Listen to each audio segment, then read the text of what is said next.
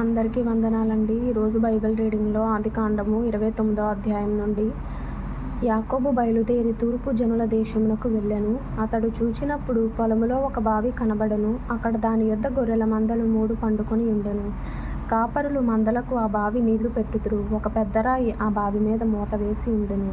అక్కడికి మందలన్నీ కూడి వచ్చినప్పుడు బావి మీద నుండి ఆ రాతిని పొర్లించి గొర్రెలకు నీళ్లు పెట్టి తిరిగి బావి మీద రాతిని దాని చోట నుంచుదురు. యాకోబు వారిని చూచి, అన్నలారా, మీరెక్కడి వారని అడుగగా వారు, మేము హారాను వారమనిరి. అతడు, నాహోరు కుమారుడగు లాబానును మీరెరుగుదురా అని వారిని అడుగగా వారు, ఎరుగుదుమనిరి. మరియు అతడు క్షేమముగా ఉన్నాడా అని అడుగగా వారు, క్షేమముగానే ఉన్నాడు. ఇదిగో అతని కుమార్తె అయిన రాహేలు గొర్రెల వెంట వచ్చుచున్నదని చెప్పిరి. అతడు, ఇదిగో ఇంకా చాలా ప్రొద్దు ఉన్నది, పశువులను పోగు చేయు వేళ కాలేదు, గొర్రెలకు నీళ్లు పెట్టి పోయి వాటిని మేపుడని చెప్పగా వారు, మందలన్నీ పోగు కాకమునుపు అది మా వలన కాదు, తరువాత బావి మీద నుండి రాయి పొర్లించుదురు, అప్పుడే మేము గొర్రెలకు నీళ్లు పెట్టుదుమనిరి. అతడు వారితో ఇంకా మాటలాడుచుండగా రాహేలు తన తండ్రి గొర్రెల మందను తోలుకొని వచ్చెను. ఆమె వాటిని మేపునది. యాకోబు తన తల్లి సహోదరుడైన లాబాను కుమార్తెగు రాహేలును తన తల్లి సహోదరుడగు లాబాను గొర్రెలను చూచినప్పుడు అతడు దగ్గరకు వెళ్ళి బావి మీద నుండి రాతిని పొర్లించి తన తల్లి సహోదరుడగు లాబాను గొర్రెలకు నీళ్లు పెట్టెను. యాకోబు రాహేలును ముద్దు పెట్టుకొని ఎలుగెత్తి ఏడ్చెను. మరియు యాకోబు తాను ఆమె తండ్రి బంధువుడనియు రిబ్కా కుమారుడనియు రాహేలుతో చెప్పినప్పుడు ఆమె పరుగెత్తిపోయి తన తండ్రితో చెప్పెను. లాబాను తన సహోదరి కుమారుడైన యాకోబు సమాచారము వినినప్పుడు అతనిని ఎదుర్కొనుటకు పరిగెత్తుకుని వచ్చి అతని కౌగలించి ముద్దు పెట్టుకొని తన ఇంటికి తోడుకొని పోయెను. అతడు ఈ సంగతులన్నీ లాబానుతో చెప్పెను. అప్పుడు లాబాను, నిజముగా నీవు నా ఎముకయు నా మాంసమునై ఉన్నావు అనెను. అతడు 1 నెల దినములు అతని యొద్ద నివసించిన తరువాత లాబాను, నీవు నా బంధువుడవైనందున ఓరకయే నాకు కొలువు చేసెదవా? నీకేమి జీతము కావలెనో చెప్పుమని యాకోబును అడిగెను. లాబానుకు 2 కుమార్తెలుండిరి. వారిలో పెద్దదాని పేరు లేయా, చిన్నదాని పేరు రాహేలు. లేయా జబ్బు కండ్లు గలది, రాహేలు రూపవతియు సుందరియునై యుండెను.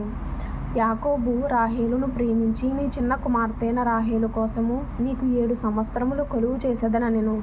అందుకు లాబాను, ఆమెను అన్యునికిచ్చుట కంటే నీకిచ్చుట మేలు, నా యొద్ద ఉండుమని చెప్పగా యాకోబు రాహేలు కోసము 7 సంవత్సరములు కొలువు చేసెను. అయినను అతడు ఆమెను ప్రేమించుట వలన అవి అతనికి కొద్ది దినములుగా తోచెను. తరువాత యాకోబు, నా దినములు సంపూర్ణమైనవి గనుక నేను నా భార్య యొద్దకు పోవునట్లు ఆమెను నాకిమ్మని లాబాను అడుగగా లాబాను ఆ స్థలములోనున్న మనుష్యులనందరినీ పోగు చేసి విందు చేయించి రాత్రివేళ తన కుమార్తెన లేయాను అతని యొద్దకు తీసుకొని పోగా యాకోబు ఆమెను కూడెను. మరియు లాబాను తన దాసి అయిన జిల్పాను తన కుమార్తెన లేయాకు దాసిగా ఇచ్చెను. ఉదయమందు ఆమెను లేయా అని ఎరిగి అతడు లాబానుతో, నీవు నాకు చేసిన పని ఏమిటి? రాహేలు కోసమే గదా నీకు కొలువు చేసి తిని, ఎందుకు నన్ను మోసపుచ్చితివనెను. అందుకు లాబాను, పెద్ద దానికంటే ముందుగా చిన్నదానినిచ్చుట మా దేశం మర్యాద కాదు. ఈమె యొక్క వారము సంపూర్ణము చేయుము. నీవిక 7 సంవత్సరములు నాకు కొలువు చేసిన ఎడల అందుకై ఆమెను కూడా నీకిచ్చేదనని చెప్పగా ఆమెను కూడా నీకిచ్చేదమని చెప్పగా యాకోబు అలాగు చేసి ఆమె వారము సంపూర్తి అయిన తరువాత అతడు తన కుమార్తెన రాహేలును అతనికి భార్యగా ఇచ్చెను. మరియు లాబాను తన దాసియగు బిల్హాను తన కుమార్తెన రాహేలుకు దాసిగా ఇచ్చెను. యాకోబు రాహేలును కూడెను. మరియు అతడు లేయా కంటే రాహేలును బహుగా ప్రేమించి అతనికి మరి 7 ఏండ్లు కొలువు చేసెను. లేయా ద్వేషింపబడుట యెహోవా చూచి ఆమె గర్భము తెరిచెను.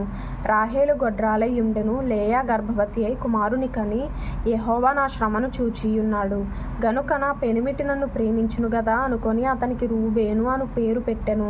ఆమె మరల గర్భవతి అయి కుమారుని కని, నేను ద్వేషింపబడితినన్న సంగతి యెహోవా విన్నాడు గనుక ఇతని కూడా నాకు దయచేసెననుకొని అతనికి షిమ్యోను అను పేరు పెట్టెను.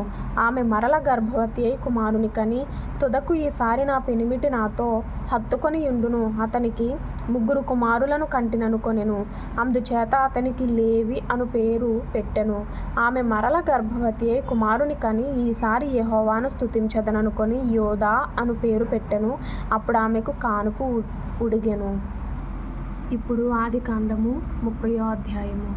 రాహేలు తాను యాకోబునకు పిల్లలు కనకపోవుట చూచి తన అక్కయందు అసూయపడి యాకోబుతో, నాకు గర్భఫలము నిమ్ము, లేని ఎడల నేను చచ్చెదనెను. యాకోబు కోపము రాహేలు మీద రగులు కొనగా అతడు, నేను నీకు గర్భఫలమును ఇయ్యకపోయిన దేవునికి ప్రతిగా నున్నానా అనెను.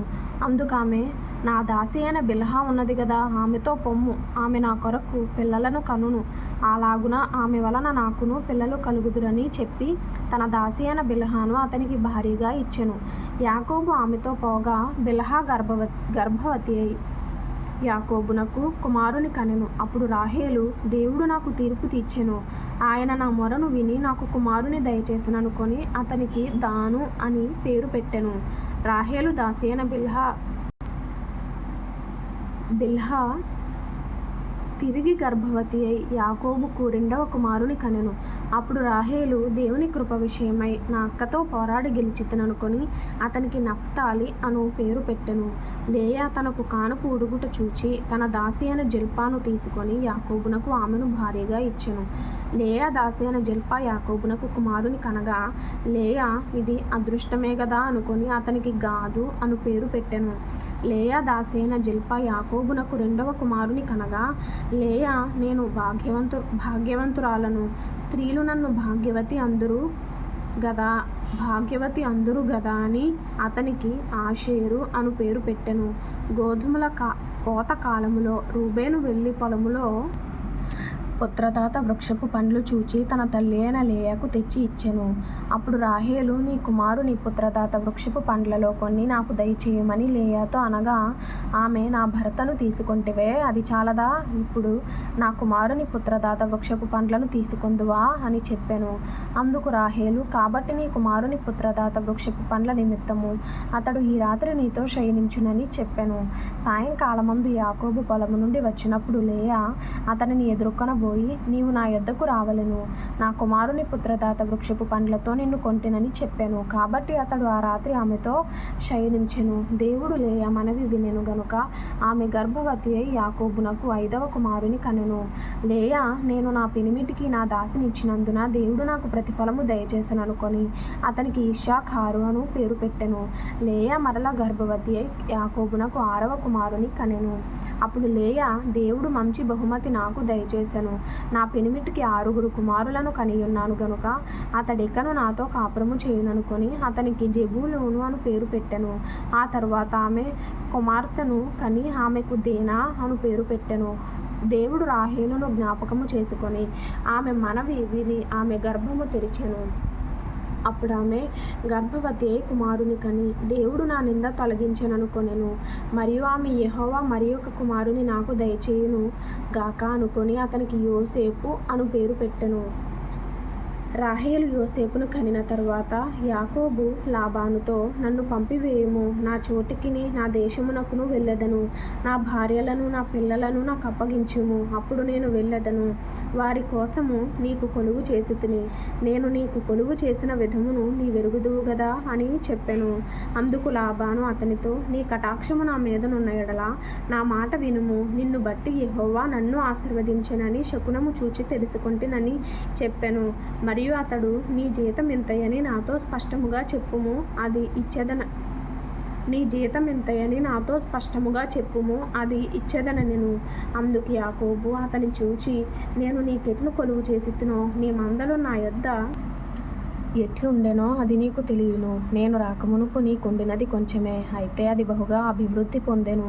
నేను పాదము పెట్టిన చోటెల్లా యెహోవా నిన్ను ఆశీర్వదించెను. నేను నా ఇంటి వారి కొరకు ఎప్పుడు సంపాద్యము చేసుకొందునెను. అప్పుడతడు, నేను నీకేమి ఇయ్యవలెనని అడిగినందుకు యాకోబు, నీవు నాకేమియూ ఇయ్యవద్దు, నీవు నా కొరకు ఈ విధముగా చేసిన ఎడల నేను తిరిగి నీ మందను మేపి కాచెదను. నేడు నేను నీ మంద అంతటిలో నడిచి చూచి పొడలైనను మచ్చలైనను గల ప్రతి గొర్రె గొర్రెను, గొర్రె పిల్లలలో నల్లని ప్రతిదానిని, మేకలలో మచ్చలైనను పొడలైనను గలవాటిని వేరుపరచెదను. అట్టివి నాకు జీతమగును. ఇక మీదట నాకు రావలసిన జీతమును గూర్చి నీవు చూడవచ్చినప్పుడు నా న్యాయ ప్రవర్తనయే నాకు సాక్ష్యమగును.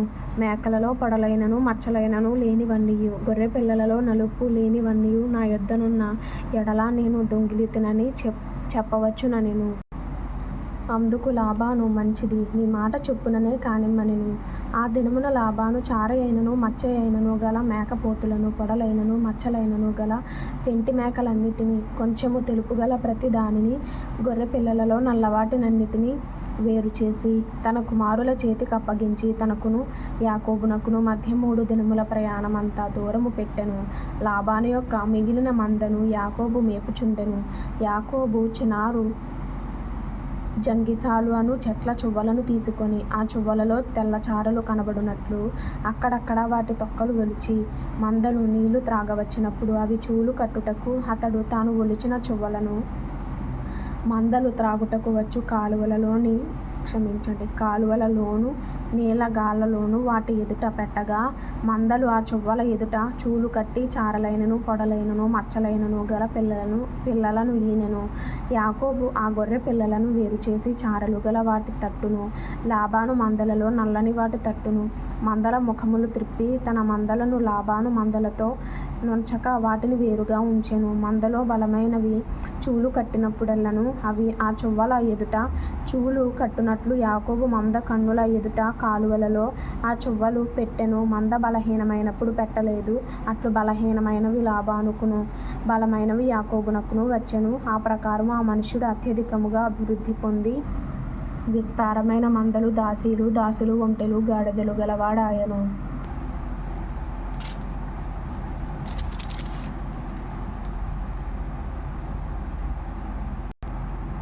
ఈ విధంగా మనం ఒక నోట్బుక్లో ప్రభు మాట్లాడిన మాటలు రాసుకొని వాటి గురించి మళ్ళా దేవుడి సన్నిధిలో మనం ప్రార్థన చేసుకుంటే ఆత్మీయంగా బలపడగలుగుతాం.